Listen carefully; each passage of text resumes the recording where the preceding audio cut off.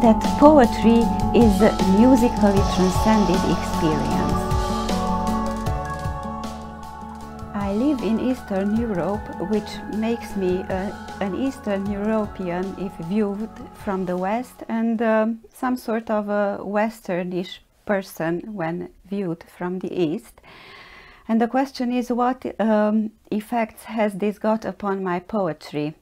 I think that poetry shouldn't really be concerned with East and West, because there are so many types of poetry, and quite often Eastern poetry is very much different from Western poetry in scope and in interest, because usually the Eastern type is much more concerned with essence, with feeling, with sentiment, with landscape, whereas typically modern Western poetry is so much more engaged in social life, in everyday problems, even in politics and civil matters. So in this respect, I think that living in the middle of these clashing cultural positions, my poetry sort of benefits from both positions, because I somehow feel that I share the point of view and attitude of Eastern and Western poetry.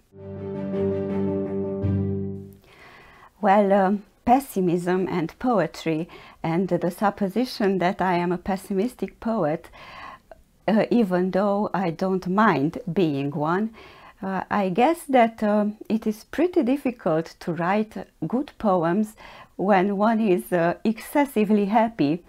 That will turn out to be a rap song or a pop song or something like that. Happiness overflowing in poetry would come as authentic or great only from someone who is a huge poet or very wise. So happiness in poetry is almost like a religion or a holy text, and this is why us normal people who aren't saints cannot really write when happy. We tend to write, especially poets, we tend to write when sad or under the burden of negative experiences, or when we fail to understand something. And normally when one fails to understand stuff, one is rather sad than happy. But I would very much like to be made acquainted with people who are happy when they don't understand things. So yes, I think that being pessimistic is absolutely normal for a poet, especially today in the 21st century, and that pessimism is a part of life. So it's rather not normal not to record or not to acknowledge or not to be aware of pessimism. Whether writing for an artist is putting their life in danger, well, in the sense that writing should mean thinking, and thinking is dangerous. Especially, you can see this especially from the stance of various regimes in the way they relate to people who are in the habit of thinking and in the habit of expressing their thoughts in right. So thinking is always dangerous because it gives one independence, and it gives one a wide horizon, and it gives one a complex view of life. So in this respect, writing, art, and understanding life through writing art might be dangerous, and might be even dangerous in the sense that it might drive us to be even more pessimistic. And there are several examples of artists, writers, who eventually ended their life, and who knows whether their pessimism came first or they arrived at an utterly pessimistic endpoint because of writing and thinking. So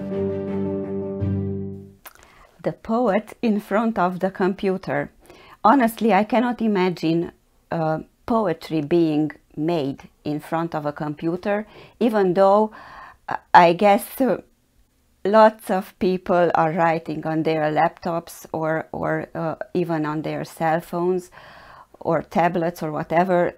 So writing is done using high-tech devices, but the actual birth of a poem, I cannot accept that thing might happen in front of the computer. I think that the poem has nothing to do with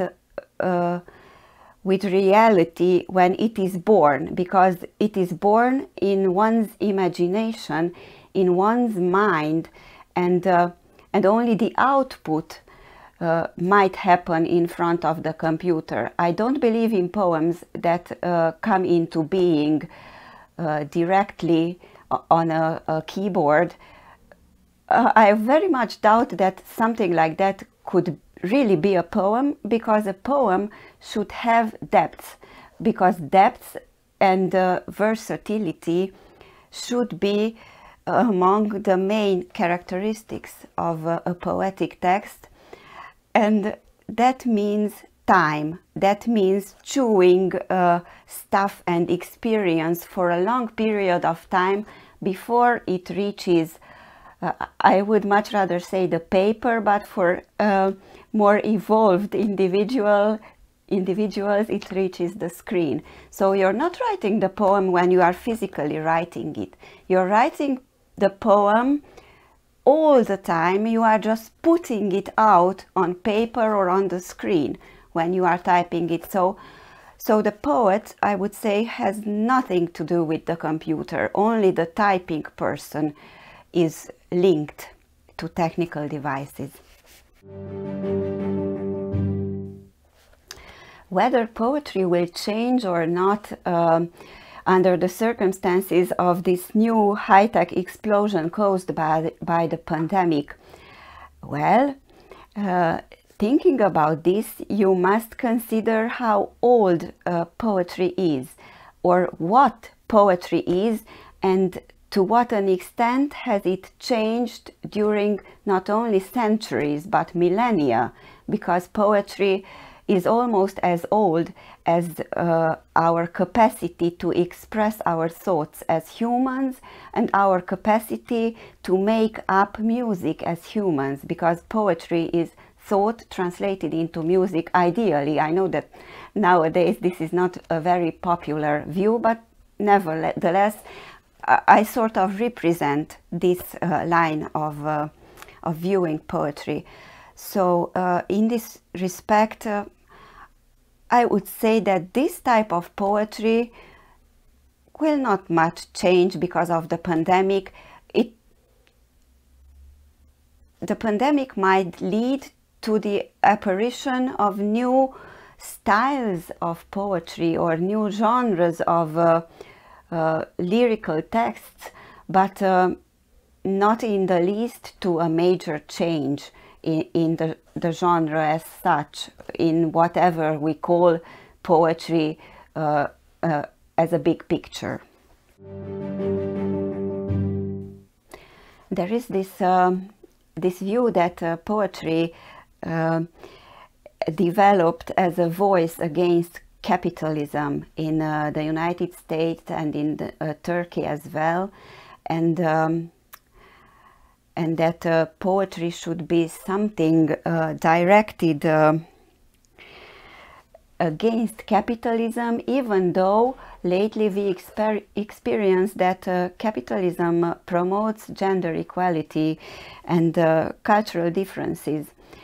Well, as I mentioned, this dichotomy between Eastern and Western poetry, conceived as a more inward bent and philosophical train of lyricism being Eastern, and a more public life oriented and social and political type of poetic output, which should be regarded as a Western development.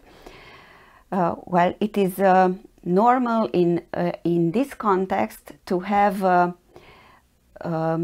political poetry comment upon political phenomena, and capitalism is obviously a social, economical and political phenomena, is the frame of life for a series of peoples and countries and systems. So it is only normal that in those systems that type of poetry should deal with it. But as I already mentioned, I'm not really bent on this this exercise of translating the world into words, because ultimately this is what poetry is. Poetry is an attempt by a supposedly gifted individual to translate the world around and the experiences inside into beautifully arranged words that would sound nice. This would be my definition of poetry, and in these terms, I simply, it's not nice to say, but I simply don't care. I don't care about capitalism or whatever. The poet has an obligation to process reality, whatever that reality is, be it capitalism or socialism or dictatorship or war or disaster or whatever. So poetry and aesthetics and philosophy comes first, and social and political aspects come second in poetry, I would say. Commenting upon the way things are arranged in the world is much rather a task for the novel and prose, or prose poetry, but that's another dish, let's say. We could say that the luckier of us live in democracies, and we have got this illusion that we have means to decide, or that we can decide about certain aspects of social life. And then the question naturally arises whether poetry can help in decision making or not. Well, we have to consider whether this decision making is real or it isn't. To what an extent is this an illusion, induced or not, or believed or not by certain powers or certain powers of logic, let us say. Poetry can not help in decision making, because I think that decision making is related to personal qualities. So if you cannot decide, poetry will definitely not help you decide. If you can decide, you don't need poetry to do that. What poetry can do is help you better understand. And a better understanding of yourself, of your situation, and of others as well, in one world of the world, might help you reach more informed and wiser decisions. So in some wider sense, poetry can make decisions better, but poetry cannot help you reach decisions. It is said that my poetry is full of questions, and we could talk about this poetry being or not a form of question, but poetry is not a sum of questions. I would rather say in my case that these questions arrive from the fact that I have a curious nature. So I am interested in what's going on, what is whether there is something behind something else. So I like to search and to research and to make combinations and think up scenarios. And this is why, because this is my frame of mind, it only comes naturally that my poetry is triggered by this questioning attitude. But my poems are not so much questions, more like my attempts at providing answers for these questions. But I think that our entire life is a series of questions and our attempts at some sorts of answers. And we might or might not find the correct answers. So if you fail, that's because you answered the question in the wrong manner. But then again, that might not be a failure. It might just be another road to be taken. Modern poetry is criticized because it seems that the epic train has waned out of it. Because we know from the history of literature, of world literature, we have a huge pack of valuable or much valued epic poems. Usually they are somehow also linked to mythology, if only we think of Homer or the mythological poems of making of several peoples. And that has already been done. So it would seem a bit weird if we started to write that type of poetry, but I am quite sure that that type of epic poetry is being currently written all over the world, wherever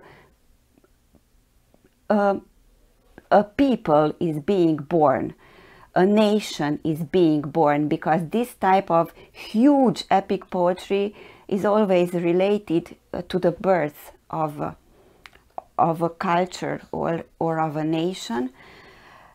And on the other hand, in the Western world, so to put it, this type of epic poetry has developed into the novel.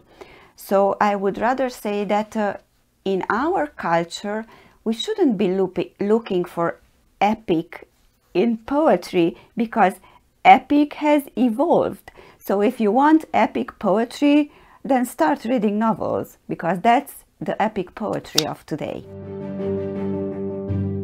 Whether the poet has or has not to give correct information, or what should we do with poetry in this age of social media and fake news and information fatigue, well, I have to laugh when we pair the poet and the information, although I'm sure that lots of poetic texts written today provide valuable information, but still I think that the poet, the task of the poet is not to inform and is in the least to provide information. The poet has got much more to process information, so he's not a provider, he's a processor of information. It's almost like he's a food blender, so he should take all sorts of bits and pieces of information and put them into the blender, and he is the blade, and he mixes, cuts, processes, blends stuff and puts out a spicy and delicious vitamin drink for us to digest. And that should be the poem if we take it in a very prosaic way of looking at it. So no, the poet is not an informer. The poet is a processor of life and human experience. Yes, I have just said that the poet is a processor of human experience, and the question arises, what type of experience can be conveyed by poetry? Should we go to the extreme of Yesenin, who cut his wrists, to describe the experience in a poem? Well, I would say that it's not about the experience, it's about the way you describe it. So it can be any type of human experience, because I would say that there is no hierarchy of experiences, because it's not really the experience that counts, but the intensity of living that experience. Because one can imagine someone who has lost their sensibility, and they go through war situations or quite tragic situations numb, without feeling anything and without having poetry to write about it, or without feeling the need of internalizing all that tragic experience. And then you can imagine someone, much rather a child, who cuts his little finger with a blade of grass, and that for the child is an immensely shaking experience. So it's not about the type of experience, really, it's about the intensity with which someone is or is not capable of living and transmuting any type of experience. And poets are poets because they have got this kind of sensibility of resonating to the experiences that they are served in life.